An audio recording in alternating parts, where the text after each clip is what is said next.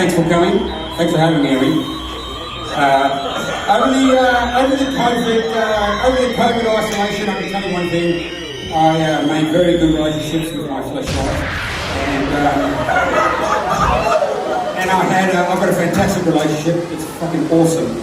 It's one-way street, and there's no arguing, there's no splitting bills. It's just Hey, Gary here. Welcome to BookMob episode 66.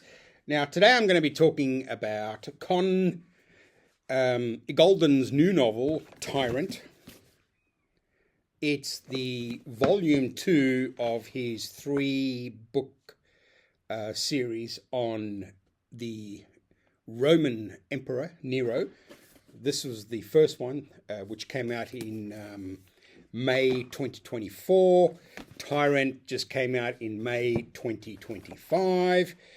And the third volume, which is tentatively titled Inferno, comes out, they don't know, but I'm assuming it'll come out on May 21st, 2026, because it was May 23, 2024, May 22, 2025.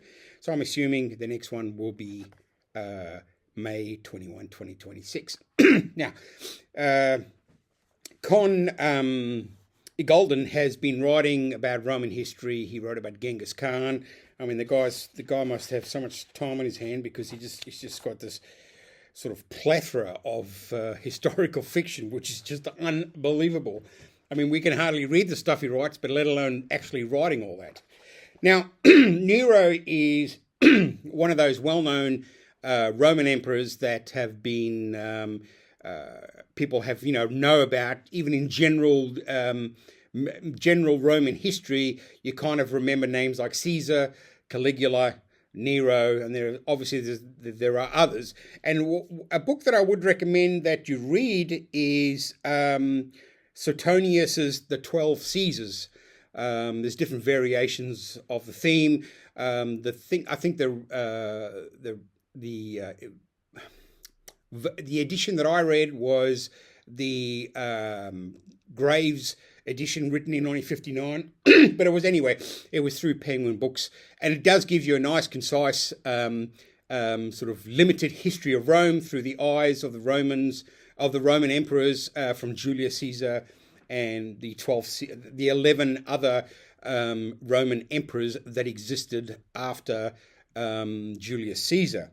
So it covers a piece. I mean, the Roman history, like Egyptian history and Greek history, is in so many different dynasties and different eras that when you read about it in fiction, you kind of get the feeling that it's just all one sort of narrative temporal plane, but it's not. There's just so many different aspects to cultures and civilizations. And that is why when you read a story or someone attempts to write a biographical, historical narrative, not a history. This is not history. Cole's work is purely fictional, and I'm assuming, and again, because I'm no historical professor, I'm assuming that he takes liberties with dates, times, names, people. But essentially, when you pick up a book like Nero, and it's a 3-volume narrative fictional history, he has to be able to write it so that you can be entertained. And that is, again, the whole point of historical fiction, is that it's based on real events, real people, but the writer has to immerse himself. Obviously, Iggulden is not some sort of blockhead. The guy obviously has a vast intellectual reservoir of knowledge about Rome. Otherwise, there's no way he could write these books. Now, when we talk about Nero, what comes to mind is while Rome burned, Nero fiddled with something. And you get the feeling that we don't know really who these people were. We don't understand the actual day in, day out intricacies of running an empire. I assume that throughout history, and fictional books do kind of support this, my theory, is that people are just bastards. People will do anything to stay in power. People will commit crimes to stay in power. They are corrupted. They are evil. At the same time, they could be as willingly thinking about their society, about building aqueducts and building temples and maintaining roads and collecting taxes, so that the general populace, the plebs, the scum of the earth, just continue to, as long as we're eating bread and we're getting the circus, we're all happy. And I think that is kind of the theme I get from whenever I read historical fiction, is that people in power, or people who find themselves in positions to either be in power or gain power, will do fucking anything to get that power. And when you read this great story, or in the part 2, Tyrant, that's when you really see Nero, the little bastard, doing his best to... He kind of presents himself as a nice guy, helps people. But again, I don't think you can run an empire without being a total shit. It's just impossible. The way these people deal with assassination, with corruption, with inner sanctum details. In the media, I always hear about, whenever USA is doing something, you hear about the deep state. And I actually, it's not a conspiracy theory. I think the deep state is an ongoing process.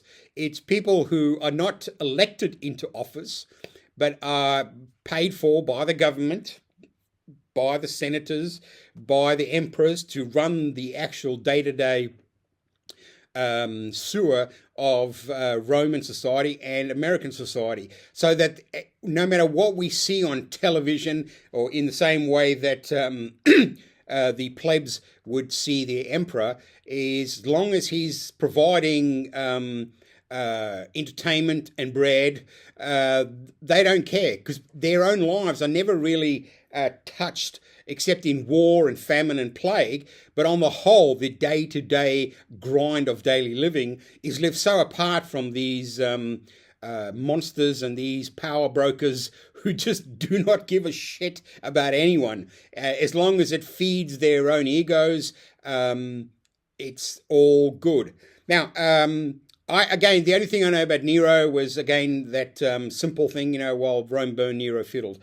And I know he fiddled with the fiddle, or I don't know, he was a musician, he was an actor. But basically, he was just a very, very powerful person who could do whatever the hell he wanted. There was no boundaries to his self-appreciation. If he wanted something, he got something done. Nero, according to Conn Iggulden, was the adopted son of Claudius, who was the previous emperor. And Claudius was an emperor who, according to Robert Graves in his great book I, Claudius, which is a fabulous read. It's a great soap opera. It's beautifully written with great characters. And anyway, Claudius was kind of caught in the middle when Caligula was murdered by his Praetorian Guard. They suddenly looked around and said, shit, we need an emperor. And they chose Claudius. And then Claudius, he gets married to, I think it's Agrippa, who is in the royal line from Augustus.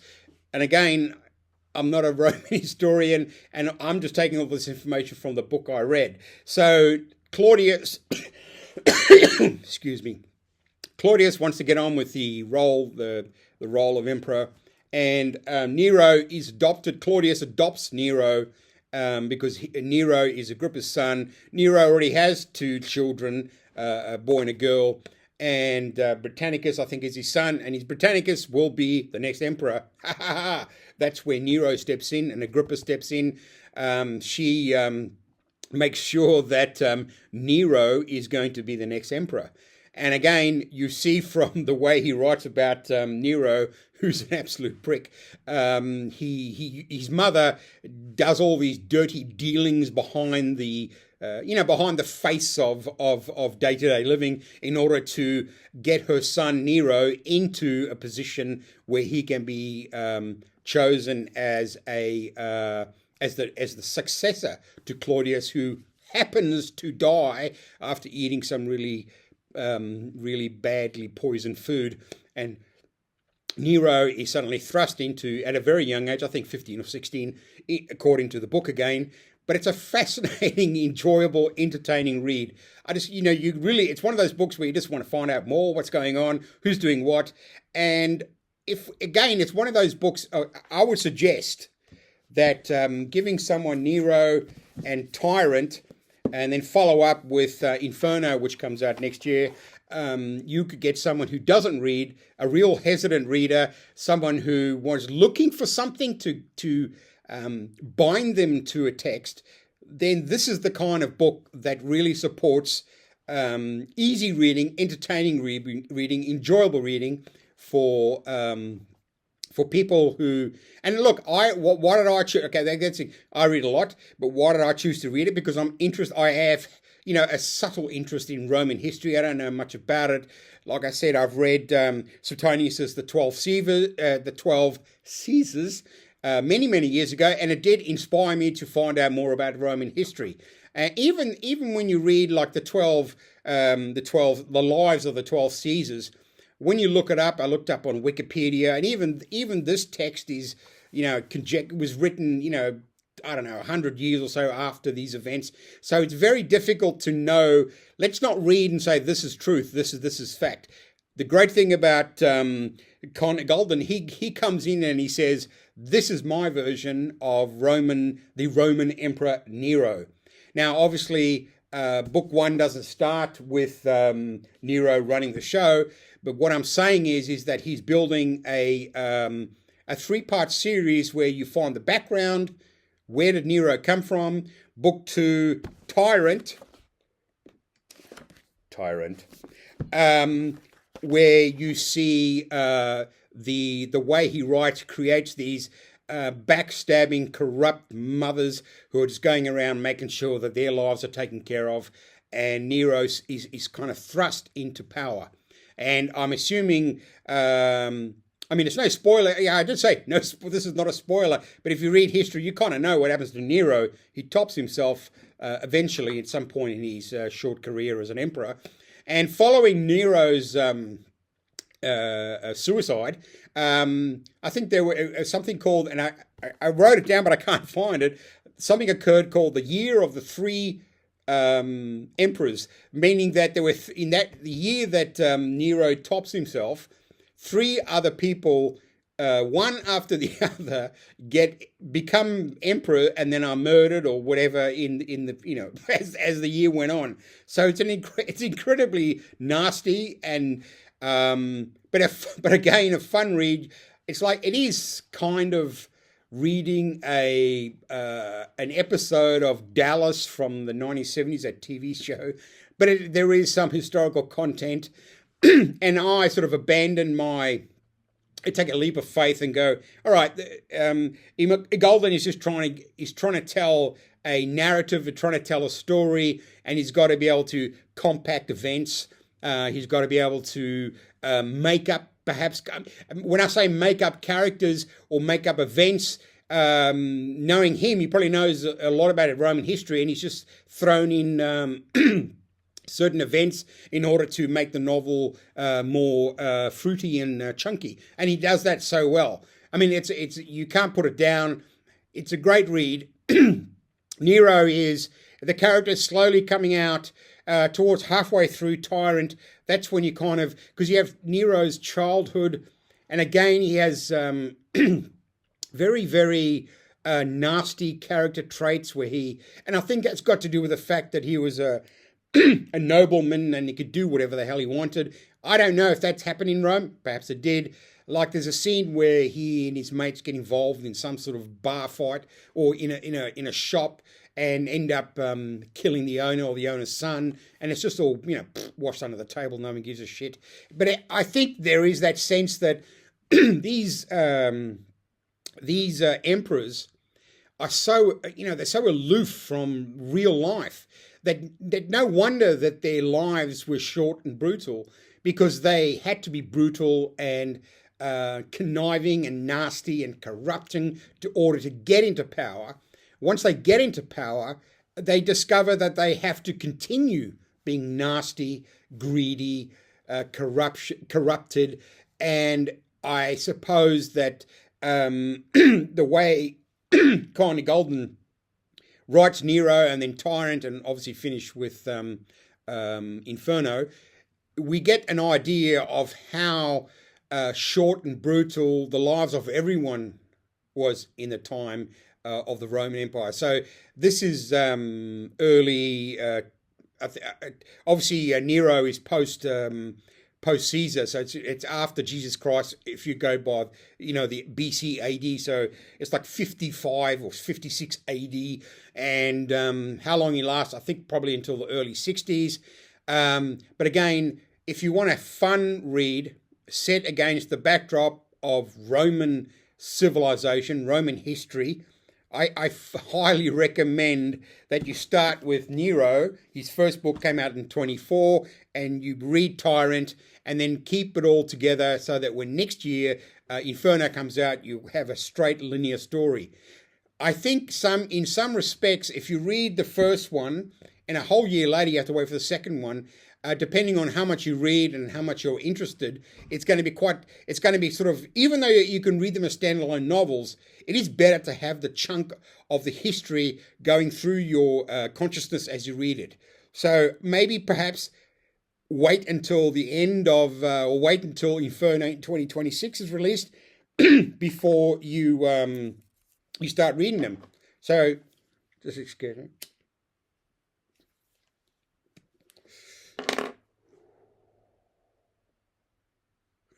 That's good. All the same being, I read Golden's books. I think I read his books on who was it? Who's that maniac? Was it Genghis Khan? I think he wrote 3 books on Genghis Khan. I can't find. Oh, here we go. The Conqueror series, Wolf of the Plains, Lords of the Bow. I think I read those first 2, and then I kind of got sidetracked, and by the time the other books came out, I was just too far gone. But again, those 2 books were in a similar vein, very historical, page turners, full of nastiness and brutality, and a fun read because it's historical pop fiction for someone who has no idea about Roman history, doesn't care to find out about Roman history, but through these books can get some idea of how the world played out 2,000 years ago. All right. I think that's all I can say about Conn Iggulden's second volume in the Nero series. The third one to come out next year sometime. I'm assuming the 21st of May 2026. And I highly recommend it. Fun read.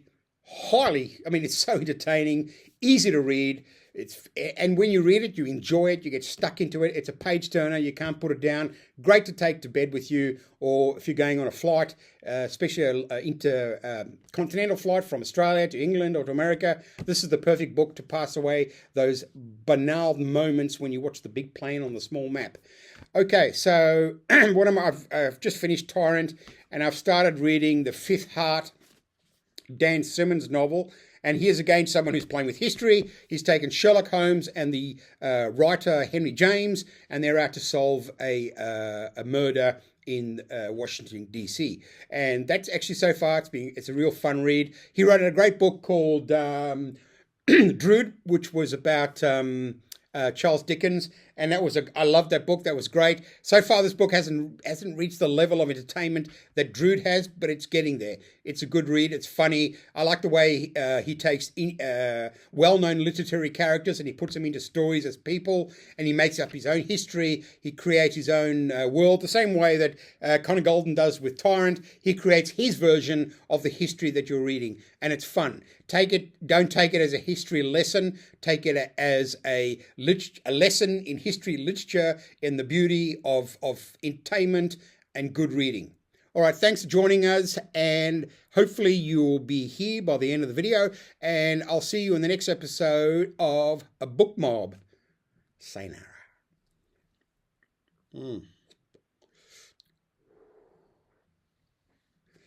Just started smoking again. I don't know why. Anyway, thanks for coming.